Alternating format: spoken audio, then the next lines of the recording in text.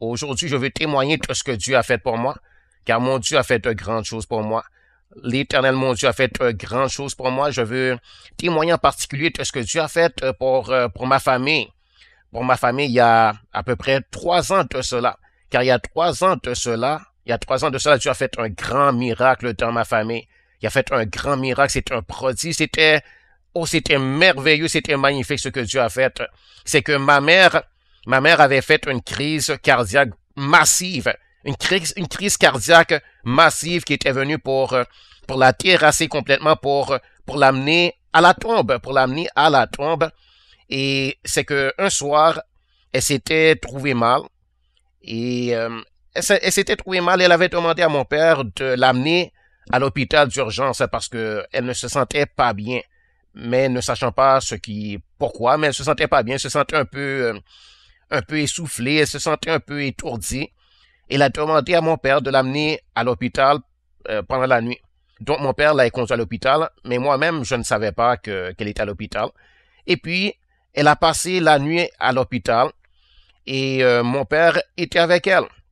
Mon père était avec elle et puis elle était sous observation des médecins et tout semblait quand même correct, tout semblait bien, mais les médecins voulaient la garder pour la mettre sous observation puisqu'elle était venue à l'hôpital et elle était donc à l'urgence, l'endroit où on reçoit les gens lorsque une personne vient et a un problème, c'est l'endroit premier où on reçoit la personne. Et vers 5 heures de l'après-midi, mon père avait décidé de retourner chez lui. Ayant passé beaucoup de temps, il avait décidé de retourner chez lui pour se reposer un peu, pour manger quelque chose. Et donc, il a pris sa voiture, il est retourné chez lui. Et puis, pendant que mon père était parti, tout d'un coup, soudainement, sans raison apparente, le cœur de ma mère s'était arrêté de battre. Son cœur s'était arrêté de battre, son cœur avait complètement flanché et son cœur s'était arrêté de battre. Donc une crise cardiaque vraiment massive, une crise cardiaque terrible, parce que c'était vraiment terrible. Donc, puisqu'elle était à l'urgence, les médecins ont remarqué la chose tout de suite. Ou je suppose les infirmières, puisque moi j'étais pas là. Donc, les infirmières et les médecins sont immédiatement accourus à son secours pour la réanimer, pour voir ce qui n'allait pas et pour la réanimer. Et donc, ils ont vu que c'était son cœur qui avait arrêté de battre. Son cœur s'était arrêté de battre. Donc, ils ont entrepris immédiatement de faire toutes les techniques de réanimation qu'ils ont appris, toutes les techniques de réanimation qu'on connaît, c'est-à-dire les chocs électriques, c'est-à-dire le massage cardiaque, c'est-à-dire souffler de l'air dans la bouche de la personne, toutes les choses que les médecins savent faire, le défibrillateur cardiaque, c'est-à-dire la machine, ça je pense c'est la machine qui donne des chocs et qui fait poup. En tout cas, donc c'était gros la chose là. Et donc ma mère, les médecins ont tout fait pour faire rebattre son cœur parce que son cœur, il semble qu'il y avait quelque chose qui empêchait le cœur de fonctionner, peut-être il y avait un caillot sanguin quelque part dans les vaisseaux sanguins qui avait bloqué la chose et puis là tout d'un coup le cœur ne pouvait pas pomper le sang dans son corps et le cœur ne voulait pas battre. Et avec beaucoup d'efforts, le cœur finalement acceptait de battre ou bien voulait bien battre pour 5 minutes et puis là tout d'un coup le cœur s'arrêtait et il devait tout recommencer les choses de technique de réanimation que les médecins savent faire. Mais cependant le cœur c'était vraiment très difficile, c'était vraiment très laborieux et après avoir fait beaucoup d'efforts, le cœur battait pour 5 minutes et s'arrêtait de battre. Donc, la chose était vraiment très grave. Les médecins ont travaillé comme ça, essayant de la sauver pour presque 3 heures de temps. Presque 3 heures de temps à l'urgence. Ils ont fait un travail vraiment acharné. Ils ont travaillé de tout leur cœur. Ils ont mis vraiment tout leur cœur, toute leur âme. Ils ont mis vraiment toute leur force. Et vraiment, ils voulaient sauver cette dame-là. Vraiment, ils avaient à cœur vraiment de la sauver, de la réanimer, de tout faire pour qu'elle vive et qu'elle ne meure pas. Mais, finalement, il n'y avait rien à faire. Il n'y avait rien à faire et donc ils ont été obligés d'abandonner puisque leur cœur ne veut plus battre. Et qu'est-ce qu'on peut faire? Ce sont seulement des hommes. et ils peuvent seulement faire ce qui est en leur pouvoir de faire. Mais l'homme est bien limité. Donc les médecins, finalement, ils ont dit, c'est fini, il n'y a rien à faire, le cœur ne veut plus battre. Car pour un temps, le cœur voulait bien battre 5 minutes et s'arrêtait, et là, il recommençait. Mais finalement, le cœur ne battait plus du tout. Alors, ils ont fait appeler la famille. Ils ont appelé mon père, ils ont appelé ma tante, c'est-à-dire toute la famille, ils ont appelé ma soeur, qui s'appelle Marie-Mat. Ils ont appelé toute la famille. Moi, j'étais au travail. Moi, je suis Mario. Et moi, j'étais au travail dans ce temps-là. Et je ne savais pas, bien sûr, ce qui se passait. Je ne savais pas, je ne pouvais pas savoir, à moins que Dieu me l'aurait dit, mais Dieu m'avait rien dit. Je ne savais pas. Et donc, mais ils ont appelé la famille. Et ma sœur Marie-Mat était là. Ma sœur Marie-Mat connaît bien les choses parce que elle-même, elle est infirmière. Donc, elle était là. Et mon père était là. Mon autre sœur Marie-Sonie était là. Et ma tante aussi était là. Ils les ont appelés pour leur dire que la dame a fait une crise cardiaque et ils ont tout fait ce qui est en leur pouvoir de faire. Et malgré tous leurs efforts, malgré tous les efforts qu'ils ont fait, il n'y a rien à faire. Que la dame, que c'est fini. C'est-à-dire que c'est fini, il n'y a rien à faire. Elle était mise sur un respirateur artificiel, donc il demandait la permission. Il disait de venir la voir afin qu'il puisse la débrancher de la machine parce que c'était fini. Que dans la condition où elle était, certainement, elle pouvait pas vivre et certainement c'est fini puisque le cœur ne bat plus et ça a duré très longtemps comme ça. Et puis aussi, elle a manqué évidemment d'air, elle a manqué d'oxygène. Elle a manqué d'oxygène puisque le sang ne circulait pas, puisque la respiration s'est arrêtée, le cœur s'est arrêté de battre. Et donc, dans un cas comme ça, c'est un cas fini.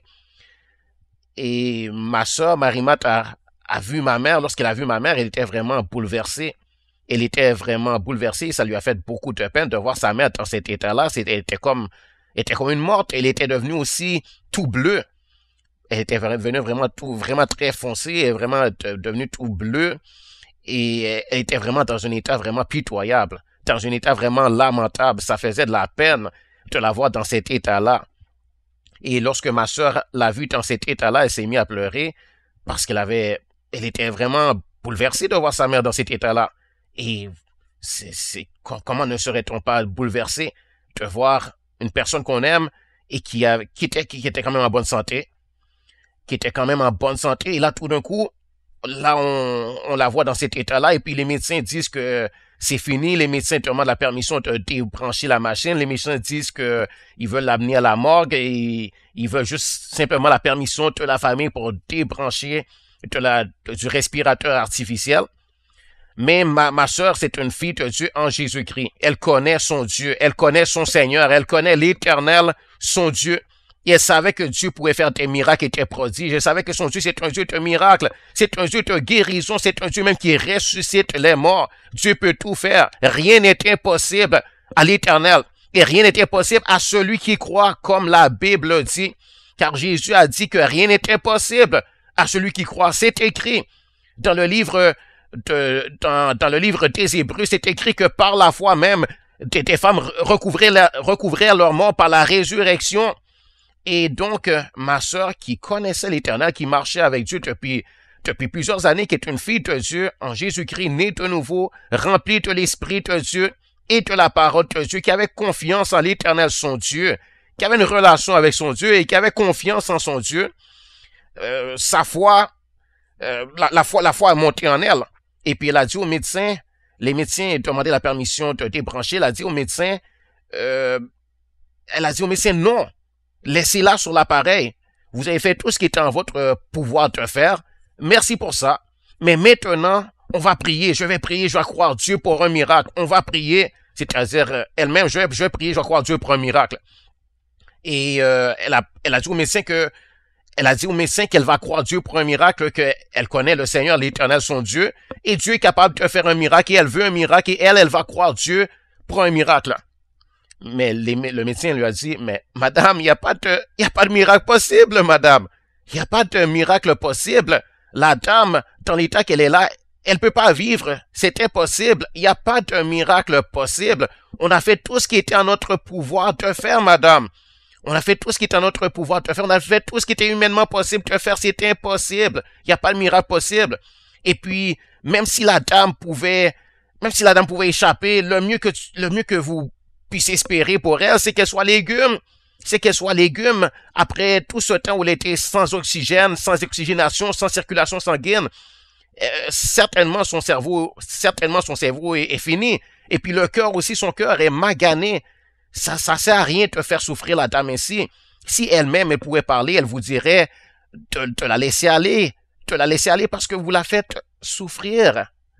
Mais ma sœur a résisté. Ça, c'était vraiment le doute dans le médecin. Et le médecin, c'est un médecin incrédule, c'est un médecin qui connaît pas Dieu, c'est un médecin qui ne croit pas en Dieu. Et ce médecin-là, pour lui, il regardait seulement à lui-même. Il regardait à lui-même. Et pour lui, si lui dit c'est fini, si lui peut rien faire, donc il y a rien à faire. Et pour lui, pour lui, il voyait pas du tout. On lui dit Dieu. Lui, il n'avait pas l'habitude de voir ce genre de choses-là. Lui, il vivait dans le naturel. Et pour lui, dans le naturel, il voyait que c'est impossible, qu'une chose comme ça ne peut jamais se faire. Donc, il résistait à ma sœur et il cherchait à tout prix à la dissuader, à la décourager. Et il se sentait vexé aussi que ma sœur n'accepte pas son rapport, n'accepte pas que c'est fini et que ma sœur lui résiste et que ma sœur lui dise refuse de l'écouter. Lui, le grand médecin, lui, le grand spécialiste. Donc, il a fait appeler un autre médecin. Lui, c'était l'urgentologue. L'urgentologue a fait appeler le cardiologue, le médecin spécialiste du cœur, afin de l'appuyer dans ce qu'il disait et de lui donner raison et que ma sœur comprenne que c'est fini et qu'elle se montre raisonnable et qu'elle abandonne et qu'elle juste dise, OK, vous pouvez la débrancher, il n'y a rien à faire. Ma mère est finie, au revoir maman, au revoir maman, et puis donc qu'on se prépare pour les funérailles, qu'on se prépare pour l'enterrement, qu'on se lamente. C'est ça qu'il aurait voulu lui, parce que lui c'est ça qu'il aurait fait. Et puis pour lui et pour lui c'est comme ça qu'il avait l'habitude de voir les gens faire, puisque il connaissait pas Dieu, il connaissait pas l'Éternel notre Dieu, le Seigneur, le grand Dieu, le Dieu puissant, qui pourtant en a fait beaucoup d'autres dans le passé. Et il a agi avec beaucoup de ses enfants, ou qu'il a guéri, il a fait des miracles sur la terre. Il a fait des miracles, il a fait des prodiges. Notre Seigneur, notre Dieu, il est en train d'agir partout sur la terre avec ceux-là qui croient, avec les gens de foi, ceux qui font appel à lui, ceux qui ont recours à lui, qui disent, Seigneur éternel, mon Dieu, mon Père, Seigneur éternel, mon Dieu, je t'en supplie, guéris-moi. Je t'en supplie, secours-moi, Seigneur, dans ce trouble. Ou bien, Seigneur, je t'en supplie, Seigneur, guéris ma mère, guéris mon père, Seigneur, je t'en supplie, je fais appel à toi, Seigneur, que tu la guérisses, qu'elle se rétablisse, Seigneur, éternel mon Dieu, que tu lui redonnes la santé, Seigneur, éternel Dieu, qu'elle vive et qu'elle ne meure pas. Mais ce médecin-là, il connaissait rien, mais ma soeur connaissait, et dans ma famille, on connaît ça. Dans ma famille, on connaît ça. Nous sommes dans une église où Dieu agit puissamment, où Dieu fait des miracles et des prodiges et des merveilles. Et on connaît l'Éternel, notre Dieu. On connaît l'Éternel, notre Dieu. On a la foi. On a confiance en Dieu. On a la foi. On connaît l'Éternel. Et il fait des merveilles. Il fait des merveilles dans nos vies. Il a fait des merveilles déjà. Il a guéri déjà. On a vu beaucoup de guérisons déjà. On a vu des miracles. On a vu des prodiges. On a vu de grandes choses. Mon neveu, qui s'appelle Yessine, était malade. Il était malade. Mon Dieu l'a guéri d'un problème qu'il avait au poumon, genre un problème d'emphysème, de respiration. Il respirait très mal alors qu'il était un petit bébé. On a prié pour lui. On a imposé les mains. On a dit au nom de Jésus soit guéri. Il fut guéri. Et ce problème fut chassé, fut parti à tout jamais. Dieu l'avait guéri. Un autre de mes neveux qui s'appelle Andrew, Dieu l'avait guéri.